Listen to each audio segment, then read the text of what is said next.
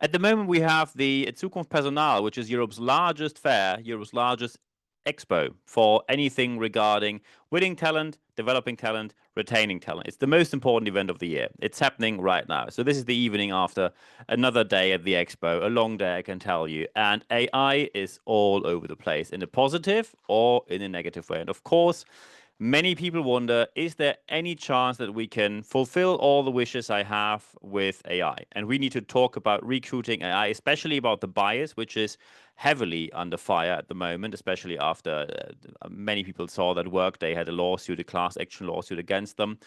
And people wonder, can AI really help me in recruiting? Is there anything that I can do to help AI? And how can we actually get something done which is better than what we do already so far? So welcome. We're going to talk about recruiting AI bias. And of course, what do leaders need to do about it? That is the leadership bit of the whole game. So when we talk about recruiting AI bias and leadership, the first thing we have to we have to set the record straight on one aspect. Often people say, I want to do something with AI, and people have a lot of wishes. It's perfectly fine to have wishes. Any one of us has wishes. However, when I say, what wishes do you have? They often say, yeah, Niels, so, our leaders say we have to catch up our game on AI. So something with AI. And when I ask, what do you mean with something with AI? They often say, yeah, something, just something AI-ish, that AI can make things happen. And that is the first problem. When you don't know where to go, in the world famous novel of Alice in Wonderland, when Alice comes to a junction and says, I don't know where to go. And then the grinning cat asks, where do you want to go? And she says, I don't know. Where do you want to arrive? She doesn't know. So the grinning cat says, well, then it doesn't matter which path you take. When you don't know where you want to go, it doesn't matter which path you take. That is really philosophical already. This aspect of something AI is straightforward dangerous. At the moment, I see way too many companies throwing money at AI. And when you're a large corporation, you just tick it off as a box of, this is something we do for research, we are willing to put in the risk. And especially in the US, we have the atmosphere, we have the approach, and we also have it in the UK partially, that people say, we are willing to invest, and say it wasn't worth the money, but it was worth trying it. We learned something from it. That's perfectly fine. However, when you simply say something AI and then you move on forward, you implement tools that you actually never use, that is deeply problematic. Because what many people, of course, wish is, I buy an AI, applicants apply with the AI, and the AI tells me what is the best candidate that they have. And that, of course, is not great. That is, of course, something which, as a wish, especially at the moment, it might happen in some future, but not at the moment. This instant selection, and then including in the instant selection, just try something. You go to an AI, let's say you go to ChatGPT or to Copilot, you ask a question, and then ask the exact same questions 1 week, every single day of the week. So you have usually 7 different answers, and you have 7 different answers with different focuses, with different directions, with a bit of a change in there. And then I say, so are all of these spot on? And you will probably say, well, I think these two are pretty good. They are really excellent. Maybe 2 or 3 are, yeah, okay-ish, and maybe 2 are not so great. But people say, I need something with AI. Then they say it needs to select all the applicants, and also it needs to be 100% right. And that is something which is simply not going to happen. Not at the moment. It might happen in some future, but not right now. It can assist you in selecting the right candidates. However, this is what we need to talk about. When people say, I'm afraid that AI takes my job, as long as you don't do the same thing, which can be automated very quickly, AI is not going to take any jobs anytime soon. At least not your job anytime soon when you have a fully qualified job. The so-called assistant intelligence, also abbreviated AI, which is, I think, why these two words make it into press. Assistant intelligence or assisting intelligence, depending on how you want to have it. The first thing that an AI can do very well, it can do excellent matching. So let's say you want to hire someone, and you are, let's say, London, UK. And you say, I'd like to hire someone. And at the moment, especially when I'm at the International Expo, I'm giving 9 keynotes in 3 days here. Some people say, yeah, quite funny, German, and 9 keynotes, 9. Awfully funny. Yeah, Germans don't have humor. Anyway, that is a different topic here. So the first thing that I can do very well is speed. So when you say, hey, we have 500 people applying for this job because we are a reasonably large organization, I cannot scan through 500 applications.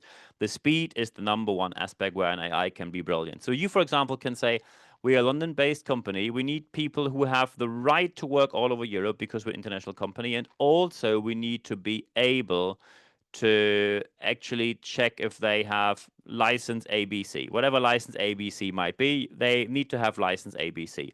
That can be done, 500 CVs, checked by an automated system driven by AI within seconds instead of days when humans do it. And when you now say, hey, we have one of these applicant tracking systems and they already check for certain words and everything, yeah, brilliant. Absolutely brilliant.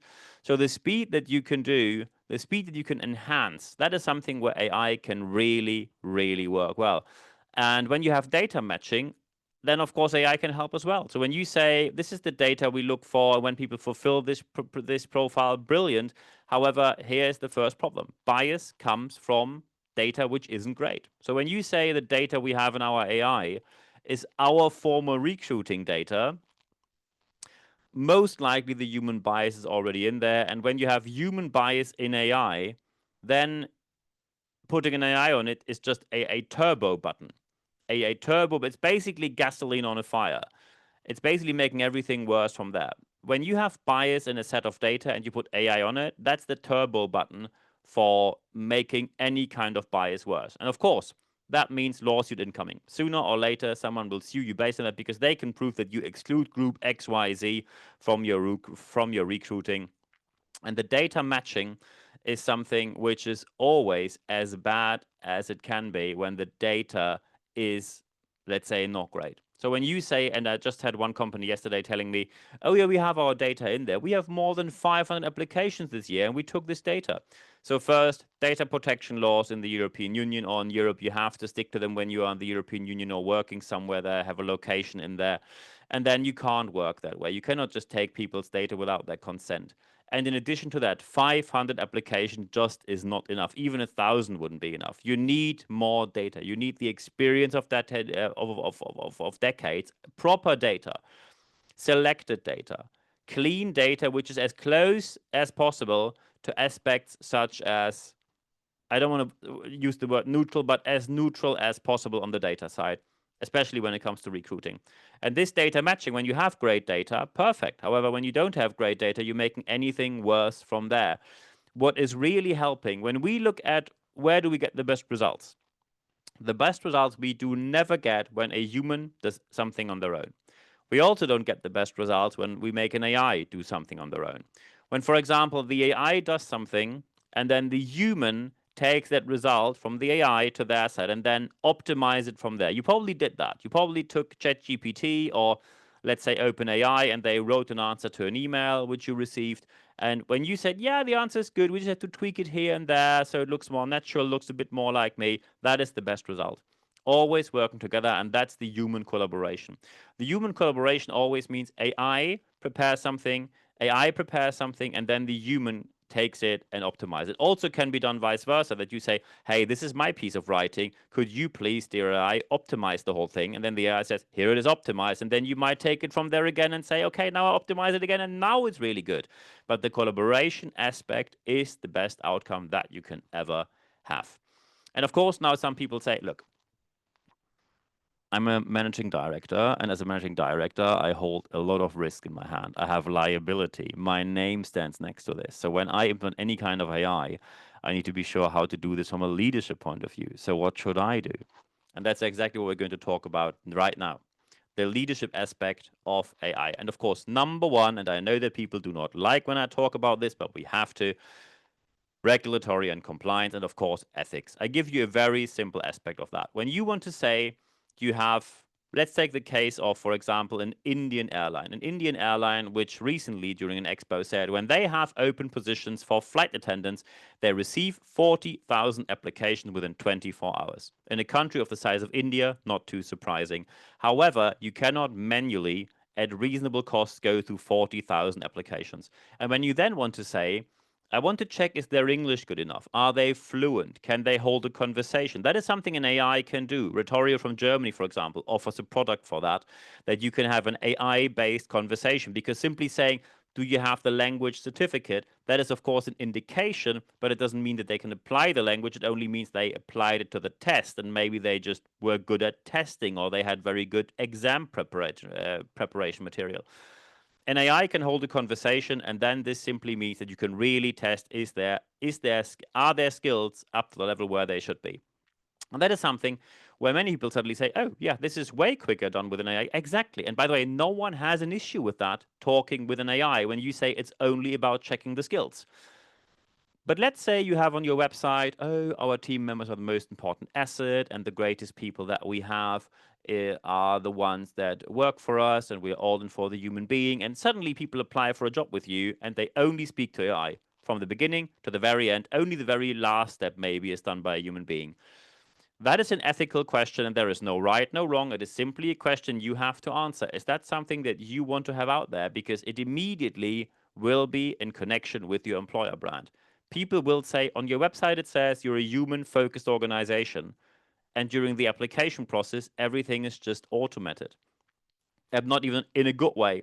They asked me questions which I already mentioned in my CV. So why did they ask me again? And the AI didn't really get the gist of what I sent them. They just answered randomly when I sent emails. It's all not very good. It looks very formal, looks very stiff, looks very fake, looks very standardized, doesn't really tailor to what I really asked. So the employer brand is out there, and this can have this may receive massive promotions or massive damages if you do it well or not so well. And by the way, compliance, of course, is not only regulated by laws, which are obviously out there, it's also dominated by internal regulations that you have. So, for example, when you have a rule where it simply says, in compliance, let's just give you one rule that quite a number of companies set up where they say standardized testing for tasks for simple skill checks can be done by AI, but anything soft skill related needs to be asked by a human being and evaluated by a human being. When you then say, no, not for me, then the organization will say, look, the compliance internally is also legally binding for you, so please stick to it. So ethics, compliance, and your employer brand needs to be considered from the very beginning. If you do not consider that, you will be one of these companies which suffer due to public outrage.